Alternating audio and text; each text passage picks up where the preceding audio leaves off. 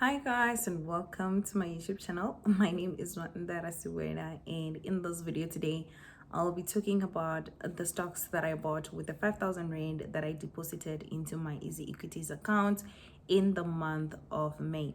So my plan is to continuously deposit 5,000 Rand per month continuously for the rest of the year, because I want to achieve my target of having 150,000 on my Easyequities account. Okay, so right now I am left with 30,000 to deposit into my Easyequities account to reach my goal, and coincidentally I'm also left with 30,000 to maximize my tax-free savings account for the year. So that simply means that the money that I'll be depositing into my Easyequities account will be going to my tax-free savings account so that I can maximize my tax-free savings account. And from there, I'm not sure if I will continuously deposit or I will stop and redirect my money towards something else, but I will make sure I meet my target of one, maximizing my tax-free savings account, number two, of reaching a target of 150,000 Rand. Okay, so I didn't buy anything new. That should not be shocking, because I already said in my previous videos that I'll continuously buy the shares that I already have where I see that there is opportunities. And with tax-free savings account, there is lots and lots of opportunities. Like, there's discount in the market, so you can buy anything on discount right now. Like, for some of you who have been following, the market is down both in South Africa and also in the US, so it makes the indexes as well to go down. So there is there's high drops on ETFs as well as in individual shares. Okay, so that gives me an opportunity to buy more. So the beauty about buying more when the market is low is that you start averaging your price, right? Let's say, for an example, your initial buy was for 20 Rand per share, and now you buy share for 10 Rand. Your average price now will move from 20 Rand to 15, because it will give you the average price. That will be your price, right? So if your stock is 20 Rand per share, your gain will be now 5 Rand. Okay, so that's how it works, and that's what I'm using. I'm averaging my stocks because currently we are on the red. Okay, for some of you who haven't watched my video on how much I made on Easyequities on 2022, I will just quickly give you an overview of how my tax-free savings account is going, because that's where I will be investing.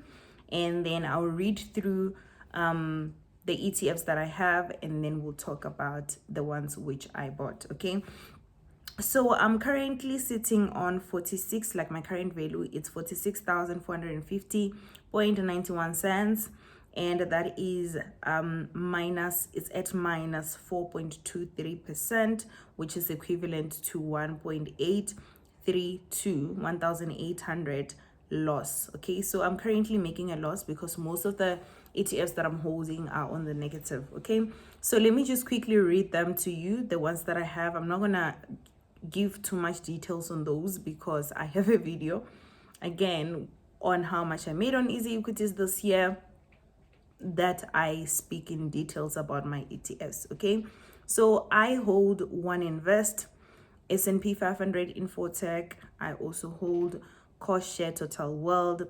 I also hold CITRIX Top 40. I hold CITRIX DV Plus. I also hold CITRIX MSCI. I also hold Nasdaq 100, and I also hold CITRIX RISI 10, and I hold Signia Healthcare 150. These are the ETFs that I'm currently holding. I have no plan to buy a lot of new ETFs, but I have my eye on any ETF on SA properties.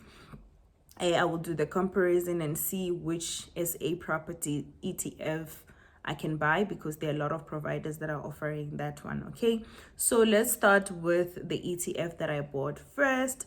The ETF that I bought first was the CITRIX Nasdaq 100, and I bought it at 104.99 per share, right? And currently, in the past 3 months, it's at minus 14.73% down. So I kind of figured that this is like it's the deep of the deep, so I should be buying more at this point. Okay, so yes, I bought shares worth of 2,000 rand, which is equivalent to 19 shares. Okay, so like I said, I deposited 5,000 rand. That means I'm only left with 30,000 rand to distribute towards the remaining two. So for some of you who do not know, CITRIX Nasdaq 100 ETF tracks the top 100 companies that are listed on the Nasdaq stock exchange that are non-financial, and the TER, which is total expense ratio, the amount of money that is charged to you so that the ETF can be managed, is 0.48. So anything less than 0.5 and less than 1, for me, it's okay. It's doable. So it's not too expensive, especially if you look into the past performance as well. Okay, so some of the companies that Nasdaq 100 ETF invest in, it's Able, which has the weighting of 13%. It also has Microsoft with the weighting of 10%, Amazon, Tesla, Alphabet, which is Google, Meta, which is Facebook. It also has Pepsi, etc., etc. So on them, I'm using the fact sheet to read out these companies, and on the fact sheet they only display 10 of them because it's a minimum disclosure document. Again, the second stock that I bought is CITRIX RESI 10. So I've been meaning to buy this one, and now I finally get a chance because I'm left with 30,000 rand. So I distributed the amount which is left into two of those shares or ETFs that I'm going to buy. For CITRIX RESI 10, I bought shares equivalent to 1,485, and that is equivalent to 19 shares, and it was for 74.83 per share. Okay, so what is the RESI 10 ETF? So it tracks the J310 index, which is the top 10 resource companies in the mining industry. So it gives you a good exposure of mining, or the mining big dogs. Okay, so these companies are Anglo American with 30%, Sasol with 11%, Goldfields. It also has Impala, Sibanye, BHP, Anglo Ashanti, Glencore, and Northam. So these are the companies that are within that ETF, and its total expense ratio is 0.43, which is also less than 0.5. So it's a relatively cheap. And I like the performance of this ETF. In the past year, it did plus 20.03%, which is really good. And one of my favorite thing about this ETF, I think I like it, this ETF, is the fact that it has been performing way better than its index throughout for the past 3 years, for the past 5 years. So you can track way back. The fund itself has been performing way better than the index. So I am bullish on this one. I'm definitely buying more. Okay, so another one that I bought is Core Share Total World, and I bought this one for 10 rand if I'm not mistaken. Let me quickly confirm.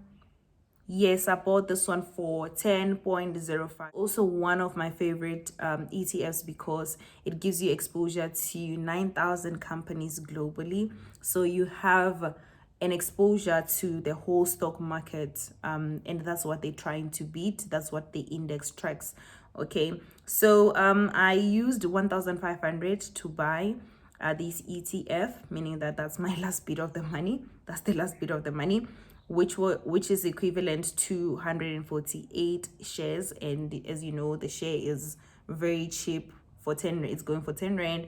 So then when I buy with 1,500, the shares that I get are a lot. Okay, so then you have companies such as Able, Microsoft, Google, Tesla, Johnson & Johnson, Facebook, etc. So those are the companies that you find. This is a new ETF, so it doesn't have past year performance. I think it was launched 2021 October, so very, very new. And the total expense ratio is going for 0.29%. It's still young, so it's also not very expensive, and I'm hoping it keeps the total expense ratio to a very low price. And I can't wait to see how it will perform in this year, because obviously the market is very down because of the war and whatever that's happening. So I'm hoping that I see something in regards to the global markets, because it's a very good benchmark to have on your overall stocks. So those are all the shares that I bought, and yeah, I hope I'll do one of these videos in the month of June, when I deposit another 5,000 rand until I reach my target. And I will also be showing you guys how it's been performing, because I think transparency is key, right? Yeah, it makes a difference. Goodbye, guys. Please don't forget to subscribe, like, and comment. Cheers.